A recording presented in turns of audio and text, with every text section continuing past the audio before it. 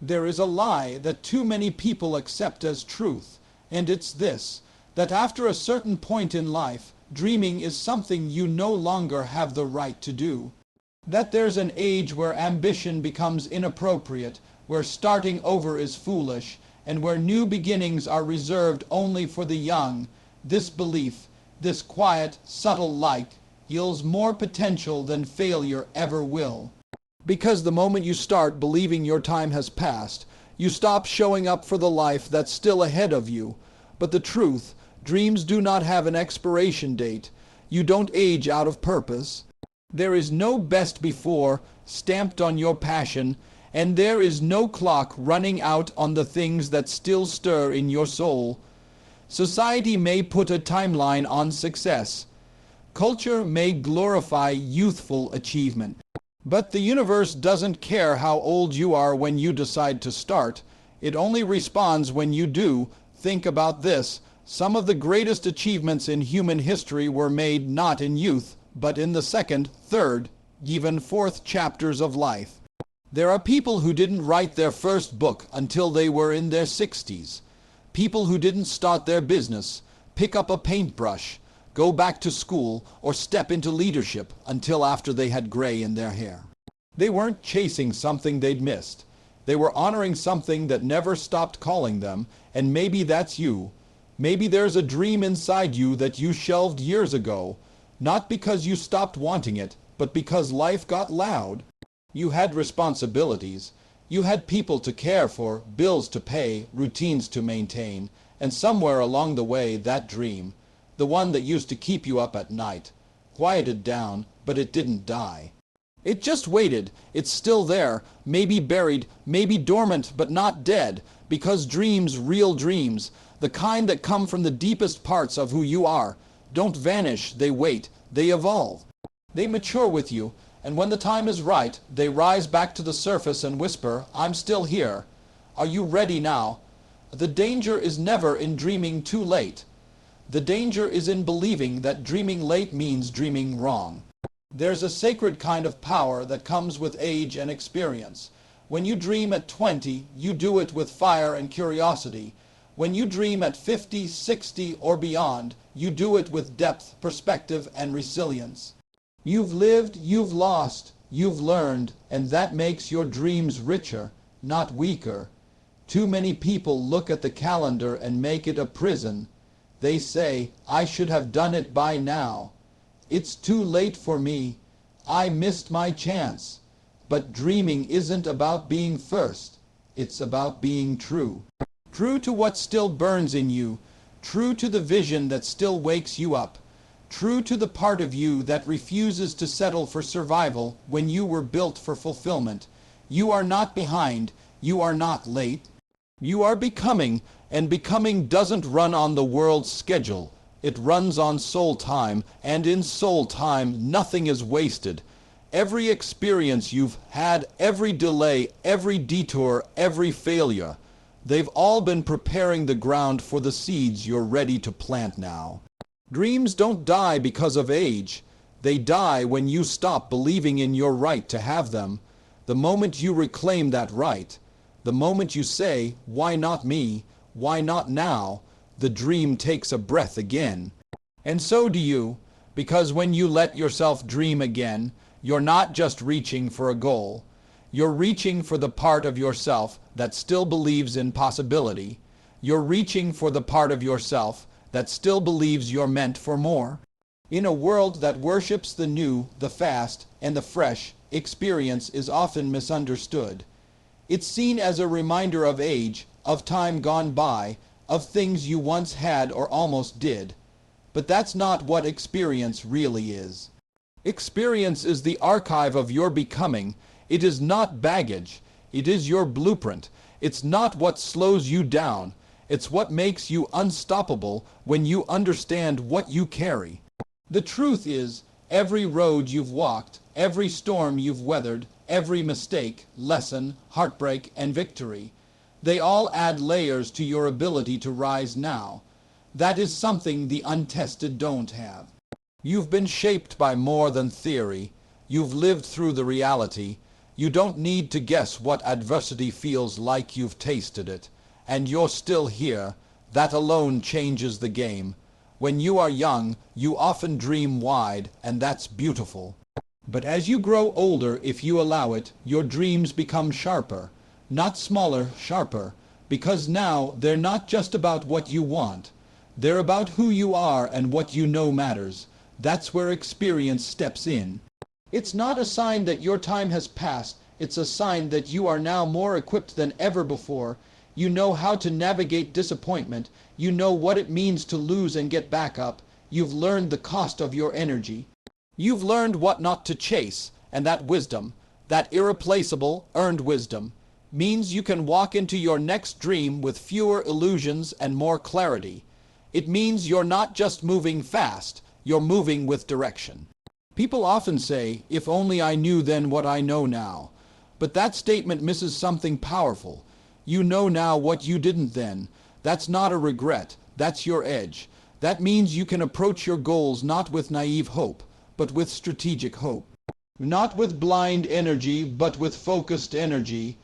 That means you are a force to be reckoned with, not in spite of your past, but because of it. Think of how many times you wanted to quit and didn't. Think of how many times you were knocked down, counted out, doubted, overlooked, and still kept going. That's not weakness.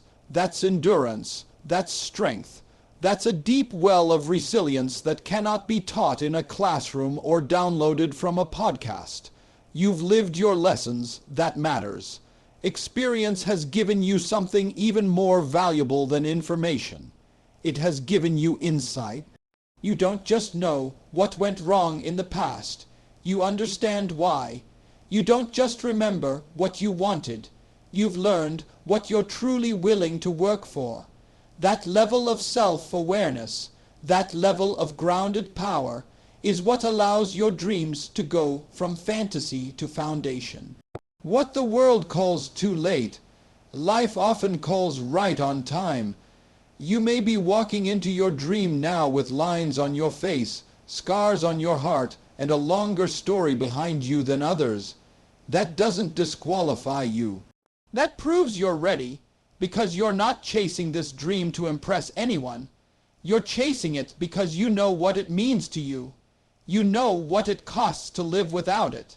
And you've lived long enough to know what you won't settle for anymore. Experience teaches you to listen to your own voice louder than the noise around you. It gives you a personal inventory of what you've survived. And when you're carrying that kind of history, you're not just walking into something. You're bringing everything with you. Every lesson, every insight, every bit of grit. That's not dead weight. That's your power. There is a difference between being prepared and being ready.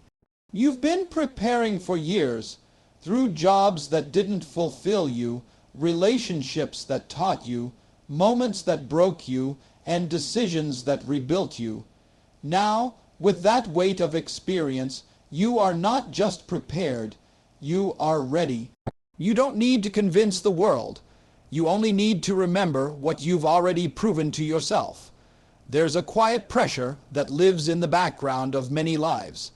The pressure to stay loyal to the dream you once declared, even when it no longer fits the person you've become. It's the kind of pressure that makes people feel like changing course is weakness, like shifting your vision means you've given up. But that idea is not only false, it's dangerous, because the truth is, redefining your dream isn't quitting. It isn't losing, it isn't giving in. Redefining your dream is growth, not failure. Dreams are not fixed points, they are living things. They are meant to evolve as you do. The person you were when you first imagined that dream may have needed it for survival, for hope, for a sense of possibility. But that person has changed. You've grown, you've been stretched. You've seen things you hadn't seen before. You've gained insight you couldn't have had back then. And with all of that change, it's only natural, it's only wise, that your vision would shift too. Holding onto an old dream just because it's familiar is like wearing clothes that no longer fit your body. They might have looked perfect once. They might have felt right once. but now they restrict you. They limit your movement, they don't align with who you are, and when that happens, you have two choices: shrink yourself to fit the old version of the dream, or grow into something new. Choosing to redefine your dream means you are listening. It means you are paying attention to the signals within your own life. Maybe what you used to want was about proving something. Maybe it came from a place of pain or from someone else's expectations. Maybe it served you for a while, but now it no longer ignites you the way it once did. That's not a failure. That's evolution. And the more honest you are about what your dream looks like now, the more powerfully you can pursue it. Growth often looks like surrendering the image of what you thought life was supposed to be, so you can embrace what life is actually offering you.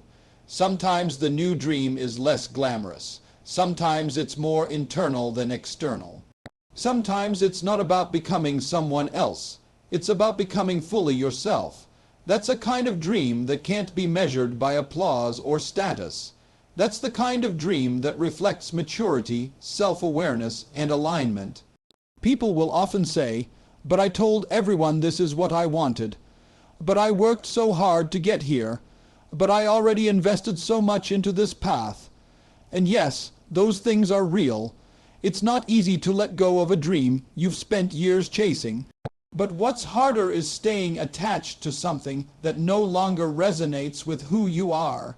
It drains your energy. It fractures your sense of purpose.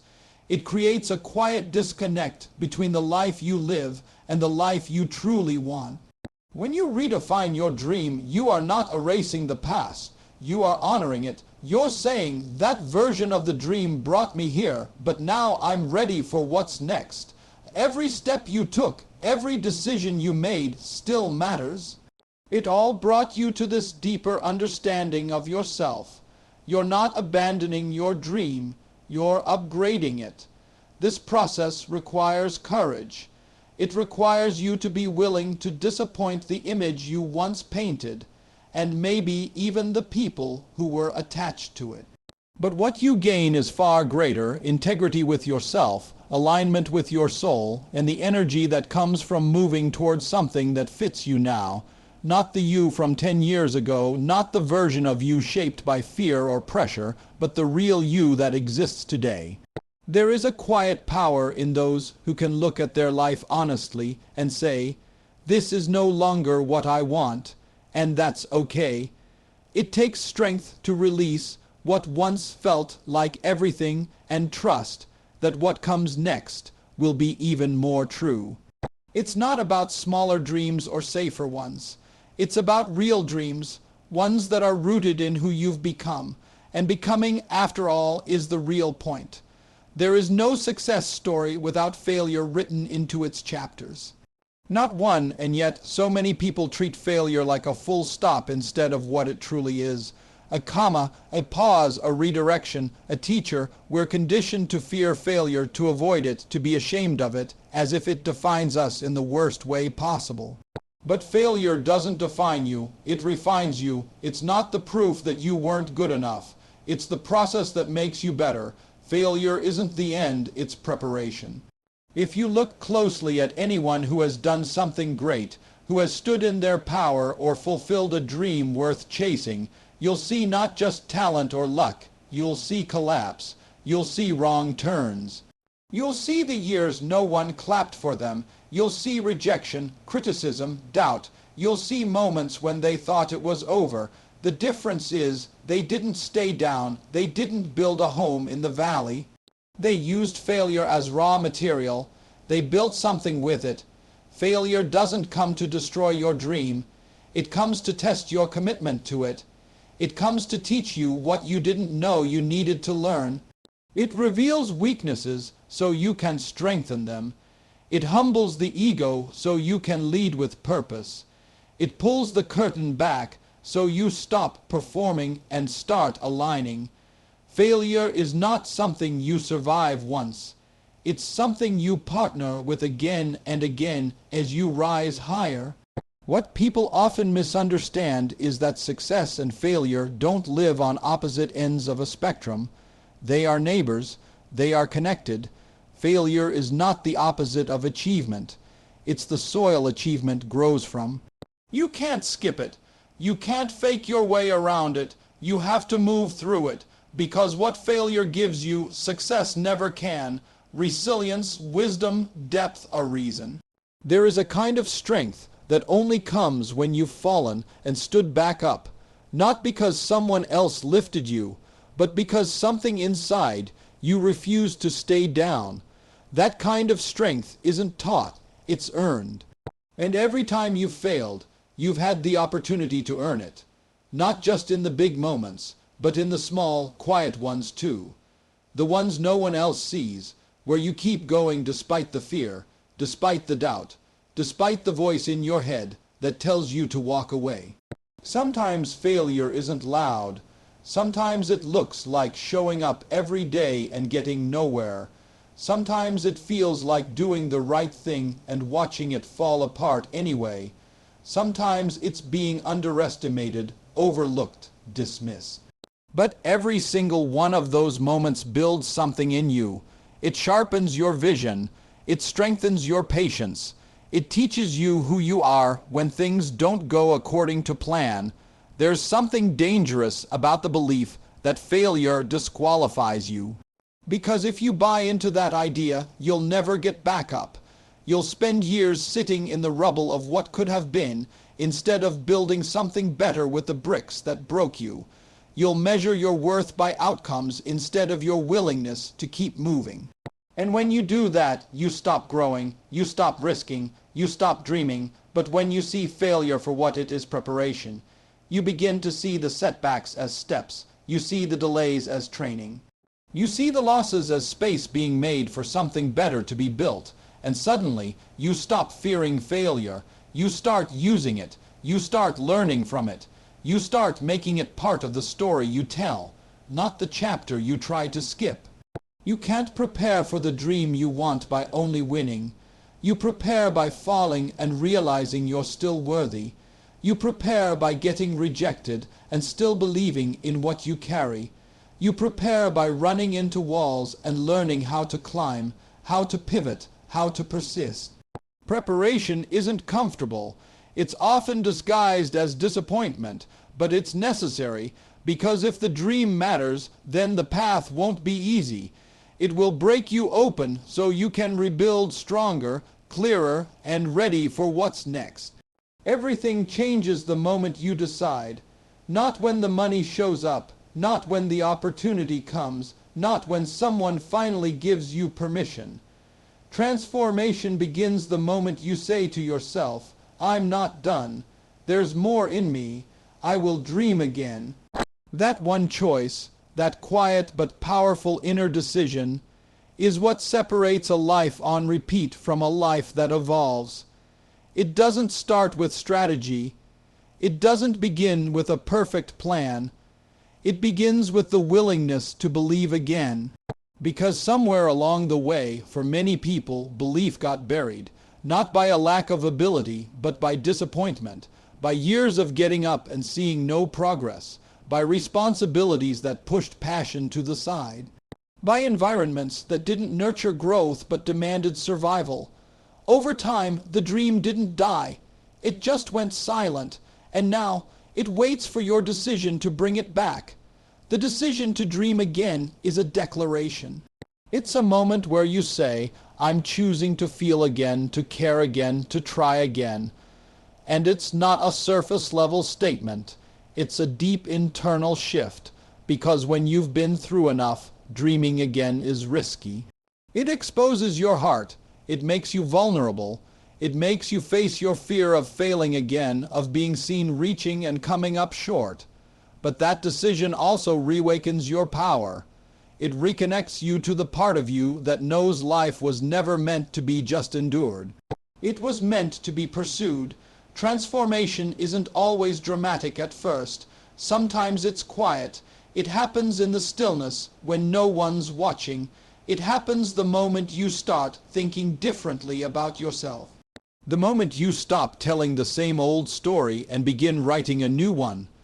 When you say, I don't know how and I don't know when, but I'm not going to let my past be the ceiling for my future. That shift changes everything. It doesn't instantly change your circumstances, but it changes your posture. And that change in posture makes room for new action. Too often, people wait for something outside of them to change before they give themselves permission to dream again. They wait for a sign, for a green light, for someone to believe in them. But transformation doesn't come from external validation. It starts from within. It starts when you decide you're worth the effort. That your story still matters, that you're not finished becoming. The decision to dream again doesn't mean you know every step forward. It just means you're facing forward. It means you're no longer walking backward into your future, dragging the weight of who you used to be. It means you're giving yourself space to imagine, to hope, to build. That's where transformation begins. Not with certainty, but with vision. You don't have to have it all figured out. In fact, that need for certainty is often what keeps people stuck. They want to know the ending before they're willing to start. But dreams don't unfold like that. Dreams ask you to trust before you see results. They ask you to take the first step, to commit before you're comfortable, to move while your knees are still shaking. And that first step, it's the decision to begin again. Transformation is not about becoming someone else. It's about uncovering who you've always been beneath the layers of fear, compromise, and survival. When you choose to dream again, you begin peeling back those layers. You reconnect with your creativity, with your hunger, with your courage. You remember what it feels like to be lit up by possibility instead of numbed by routine. And little by little, your life begins to reflect that shift. People underestimate how much power they hold in one decision. Not the kind you announce to the world, but the kind you whisper to yourself in the dark. The kind where no one's cheering yet, no one's watching yet. But something inside you has changed. You're no longer living by default. You're living by design. You're not waiting for a perfect moment. You're creating one. And that moment starts when you say yes to the dream again, not because it's easy, but because it's necessary. Because the cost of not dreaming is too high. Because even after everything, there's still something in you that wants to grow. And that wanting is not weakness. It's the beginning of becoming. You've lived through seasons that tried to convince you your moment has passed. You've stood in rooms where your voice felt too quiet, carried dreams others couldn't see, and walked roads that made you question your worth. But despite it all, you're still here, and that means something. That means there is still time, still space, still purpose burning in your chest. This isn't about chasing what once was. It's about choosing what can still be.